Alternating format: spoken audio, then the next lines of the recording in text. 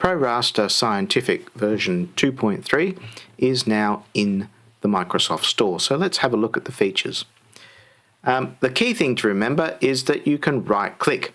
So if you right-click in a map, you will get this new context menu. You'll find all your tooltip settings. You'll find all of your zoom options right there on that menu. At the top, you'll find 4 new map navigation modes, and these sort of formalize the map navigation tool that we had before. So in addition to the normal pointer mode and the pan mode, we now have, for example, a marquee zoom mode, so you can zoom in by clicking and dragging and zoom to that area of interest. Zoom back out, zoom into Australia. Just change back to pointer mode. Now we have 3 new map tools. The distance tool, which will measure a distance, the area tool to measure an area, and an interactive profiling tool. Let's take a look at the distance tool. Select the tool, click and drag. And you can see that it's drawing a trace on the map, and there's a tooltip telling you what the distance along that trace is. So it computes the distance using the map units, and in this case the map is in a geographic coordinate system, and so we're seeing the units in degrees. That's not particularly useful. It also computes the Great Circle distance along that trace, and that's reported there as the Earth distance there at about 2,000 kilometres. You can draw out single lines, or you can do a polyline and compute the distance along the polyline.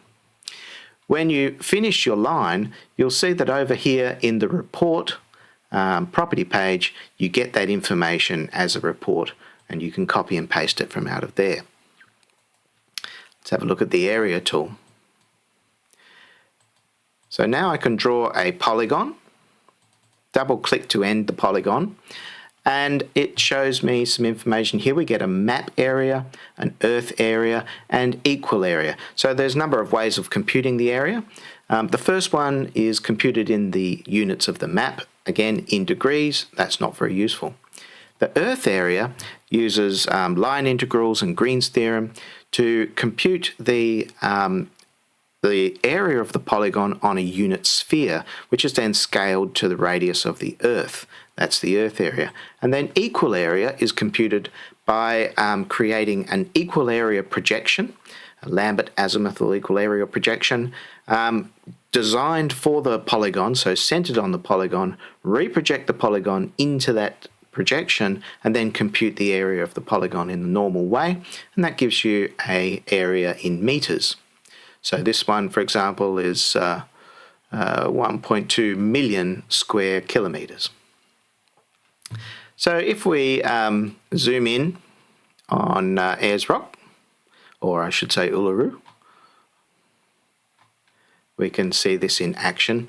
So let's use the distance tool to measure, say, the length of the rock. And you can see it's about 3 kilometers long, and it's about 2 kilometers in height. If you were to walk around the rock, or if you were a little bit more well-to-do and you hired a Segway scooter and scooted around the rock, you can see that it would be about a 9.2 kilometre trip. So what's the area of the rock? Well, let's drag out our area polygon.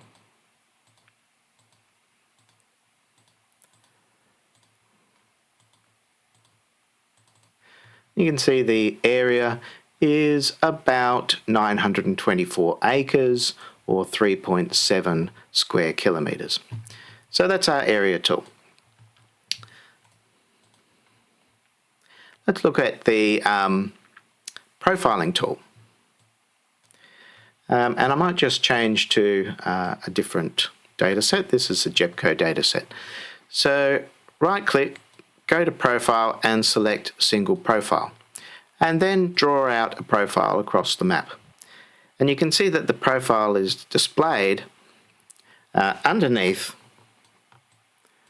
is the trace that I drew. It's displayed semi-transparently over the top of the map. So here we're looking at the mid-oceanic ridge in the Atlantic Ocean, and you can see that it's quite spectacular. So we're seeing the minimum depth value here, the maximum depth value, the range of depth values, and over here we're also reporting the distance along that trace. So this tool will work at any scale. So I can draw a profile across the Earth, or I can zoom right into something and draw a profile over that small hill.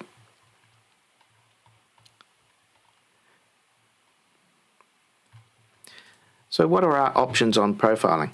So we can draw a single profile, and that could be either a single line, or you can define a polyline, or you can define multiple profiles. So I can draw multiple profiles, for example, and they all get shown here in this profile display. We also have a settings dialog where you can modify how this is viewed. So for example, I can go full width, and we'll get full width profile display, or half height, and now we've got a much bigger display. And there are various options for the horizontal axis and for the vertical axis. So let's go back to Uluru. Here he is. We'll zoom in and we'll do some profiles over Uluru. So firstly, just a single profile over the rock, and that's what she looks like.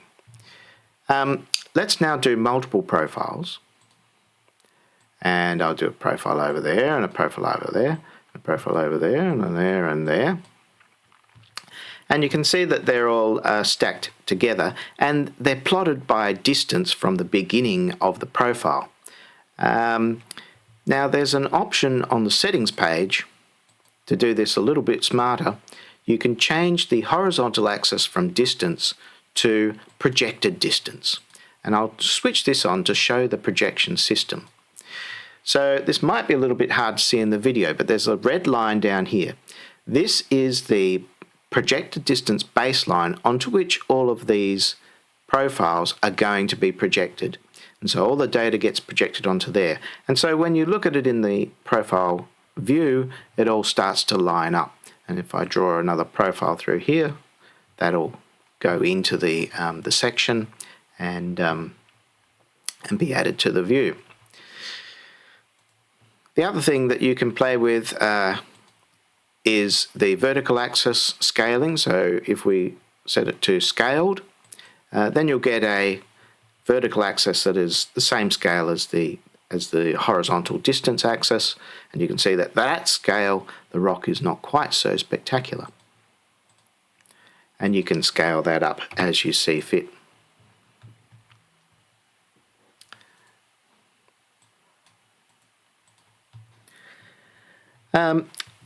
So over in the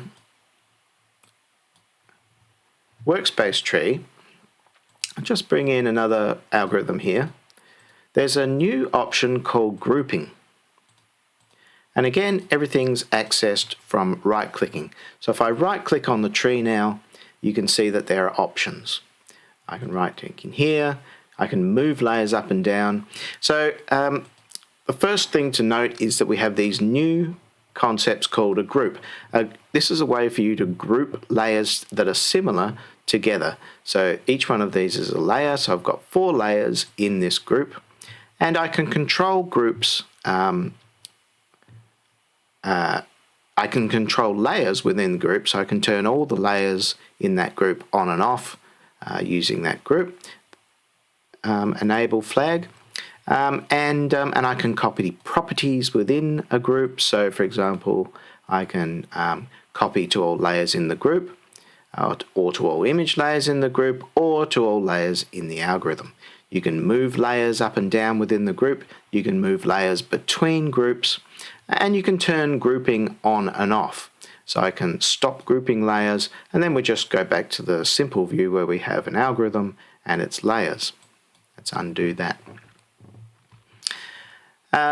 So in here we have options to add groups, to delete groups, to begin grouping and to end grouping, to move layers around, to move groups around, and then to copy properties between layers and between components within groups and within the whole algorithm. So there's a whole bunch of new options there which you can explore just by right-clicking, and you'll find all these things on the menu. Now over in the map, I'm going to turn on image swapping, just using flipping. Now this is a hardware supported feature, allows you to swap in, between layers and between groups. So if I go flip, and now as you can see from here, it said I'm swapping layers. So if I use the left and right key, I can now swap between layers in the algorithm one by one, and there they all are. And the advantage of doing it this way is that it's instant. There isn't any re-rendering going on. It's all pre-rendered and you can swap instantly. So we have some different modes. We can fade from one layer to the next. And instead of swapping layers, we can also swap groups. So here's our origins group, here's our provinces group, and here's our basins group. This is New South Wales geology, in case you're wondering. We can slide. So on the left here we have provinces, and on the right we're revealing the basins. And you can go from one group to the next and cycle through those groups. You can also scroll, and now we have a vertical scroll bar or curtain that you can bring up and down, and you can again swap through the various groups and see all your data in the same context. So they are the new features in version 2.3 of ProRaster Scientific.